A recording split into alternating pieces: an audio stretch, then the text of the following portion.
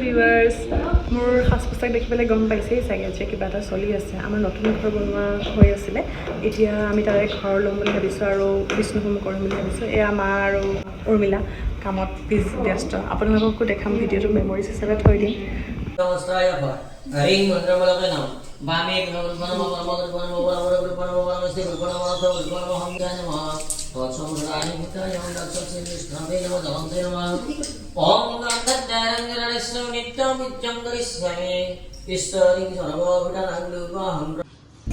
যিহেতু আজি ঘৰত বিষ্ণু হোম আৰু বিষ্ণু পূজা দুটাই আছে, সেইকাৰণে এয়া পূজা শেষ হোৱাৰ পিছত হোম মানে দিবলৈ কাৰণে যা যোগাৰ চলি আছে।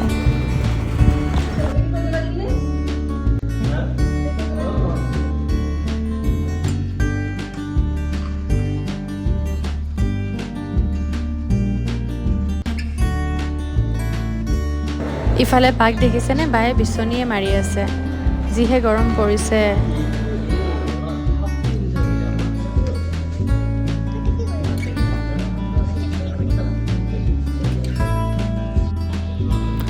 এয়া হোম দিয়া আৰম্ভ হৈছে আৰু দাদা আৰু বৌ সিফালে বহি আছে, যিহেতু এতিয়া পূজা কৰিবলগীয়া নাই। এইকেইদিন সকলোৰে ইমান ব্যস্ততা। এতিয়াও মা আৰু উৰ্মিলাই মিলি পেলাই এয়া থপনা ঠিক কৰি আছে, কাৰণ মন্দিৰটো আজি বোলে শুদ্ধি কৰিব। শুদ্ধি কৰাৰ পিছতহে আমি ভগৱানৰ ফটোখিনি আনিবলৈ পাৰিম। আৰু এয়া আমাৰ তলৰ ঘৰটো, মানে এতিয়া আমি য'ত আছোঁ। গ্ৰিলত ৰং কৰা হৈছে, তথাপিও ফিনিচিংটো গোটেই ঘৰটোত বাকীয়ে আছে। এয়া আমপাত আৰু ফুল লগাই দিছিলোঁ মই মেইন ডৰত আজি পূজাৰ কাৰণে। আৰু এয়া মই মোৰ চাদৰ মেখেলাৰ সৈতে। কেনেকুৱা লাগিছে জনাবচোন মোৰ চাদৰ মেখেলাযোৰ।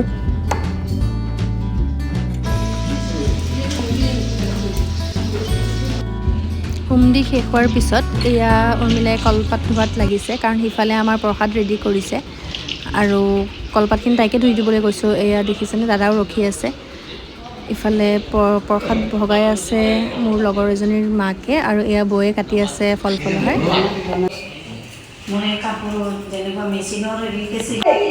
এয়া প্ৰসাদ ভগোৱা হ'ল আৰু এতিয়া আমি চবেই খাই লওঁ। এতিয়া আমাৰ ফটো ছেশ্যন চলি আছে।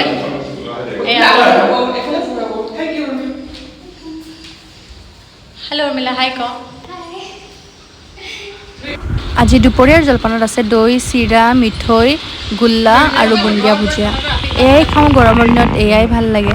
আৰু ৰাতিলৈ নিৰামিষ ভাত খোৱা হ'ব, সেইখিনিও আপোনালোকক দেখাম বাৰু। তেতিয়াতো আপোনালোকক দিনৰ ভিউটো দেখাইছিলোঁ, এতিয়া এবাৰ ৰাতিৰ ভিউটো দেখাই দিওঁ। এইটো হৈছে আমাৰ মন্দিৰ, য'ত আমাৰ থাপনাখন আহি পাইছে, কিন্তু আমি পূজাৰ বস্তুখিনিও আনিম আৰু এতিয়ালৈকে অনা নাই। এয়া চাকি গছ জ্বলাই থৈছে, দিনৰ হোমৰ চাকি গছ, বিষ্ণু পূজাৰ চাকি গছ। এইটো হৈছে মন্দিৰ আৰু কমপ্লিট হোৱা নাই, চানমাইকা কালাৰ সেইবিলাক কৰিব বাকী আছে। সেয়া মেইন ডৰখনো কমপ্লিট হোৱা নাই এতিয়ালৈকে, ফিনিচিং বাকী আছে। কিন্তু আজিৰ দিনটো ভাল থকাৰ কাৰণে কৰি ল'লোঁ আৰু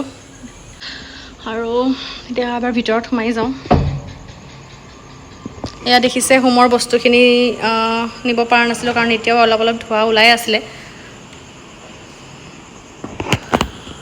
সেইটো হৈছে চিলিং, ফল চিলিং। লাইটখিনি হৈ গৈছে, এয়া ফেন লগাব বাকী আছে। এয়া আৰু ফাৰ্ষ্টতে এইটো মোৰ ৰুম, এবাৰ আপোনালোকক দেখাই দিওঁ।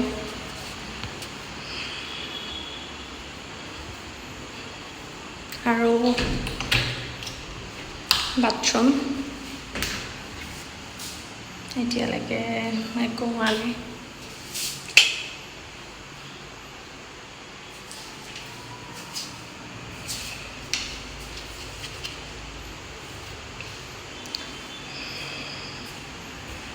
এইখন এখন ড্ৰৰ হয়, যোনখন মানে আমাৰ এইফালেদিও সোমাব পাৰি, এইফালেদিও সোমাব পাৰি, কিন্তু বাট মেইন ড'ৰ এইখনেই হয়।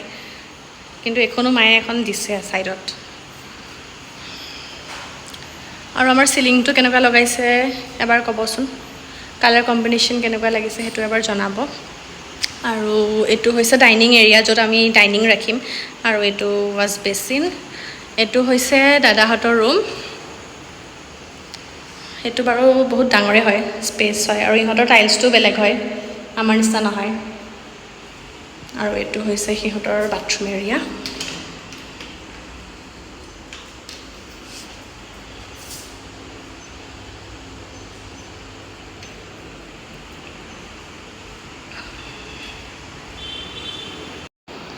এইটো হৈছে মাৰ ৰুম, ইয়াতে বয়ে বহি পেলাই কাম কৰি আছে বা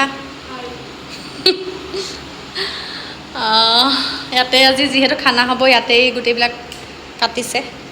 আৰু এটা হৈছে এইটো ৱাছ বেচিন, আৰু এইটো হৈছে আমাৰ কমন বাথৰুমৰ এৰিয়া, ইয়াতে ৱাশ্বিং মেচিন থাকিব। আৰু এইটো হৈছে কমন বাথৰুমটো, এইটো অলপমান ডাঙৰেই হৈছে কিন্তু, কাৰণ যিহেতু কমন হয় অলপমান ডাঙৰ কৰি দিব লাগিব সেইকাৰণে।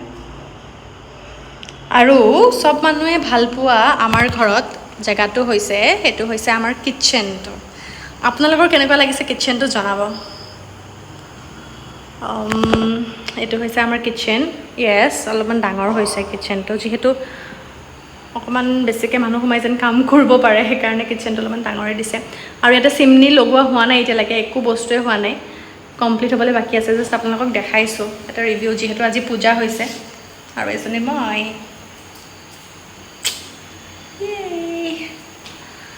আৰু ইয়াতে ভাত বনাব লাগে কাৰণে গেছ চেছ লৈ আহিছে, আৰু আজি নিৰামিষেই হ'ব। আৰু সেয়াই আৰু সৰুকৈ মোৰ ভ্লগটো।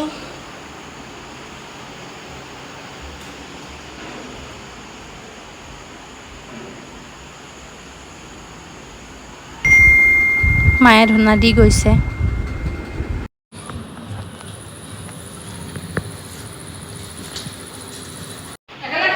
এয়া মায়ে চিপছ লৈ আহিছে, দিয়া দিয়া দিয়া, ইয়াতে দি দিয়া, মোৰটো দি দিয়া। মায়ে চিপছ লৈ আহিছে, যিহেতু আমি কাম কৰি আছোঁ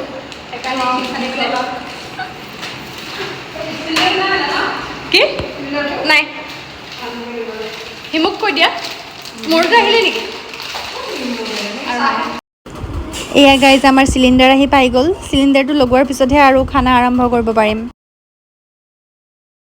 এয়া সকলোবোৰ পাচলি কটাও হ'ল, এয়া লেবৰা ভাজি বনাব বোলে মায়ে, আৰু এয়া হৈছে চালাডৰ কাৰণে, আৰু এয়া হৈছে পনীৰৰ কাৰণে, আৰু বেঙেনা ফ্ৰাই কৰিব, আৰু এয়া হৈছে পনীৰ, আৰু বনাইছে দালি। ফাৰ্ষ্টতে এয়া বায়ে পনীৰ বনোৱা ষ্টাৰ্ট কৰিছে, পনীৰৰ পিছত ভাজি বনাব। দালিটোতো হৈয়ে গ'ল, এতিয়া জল্দি জল্দি বনাই পেলাই খাবলৈহে মন গৈছে, আৰু ইমান ভাগৰ লাগিছে।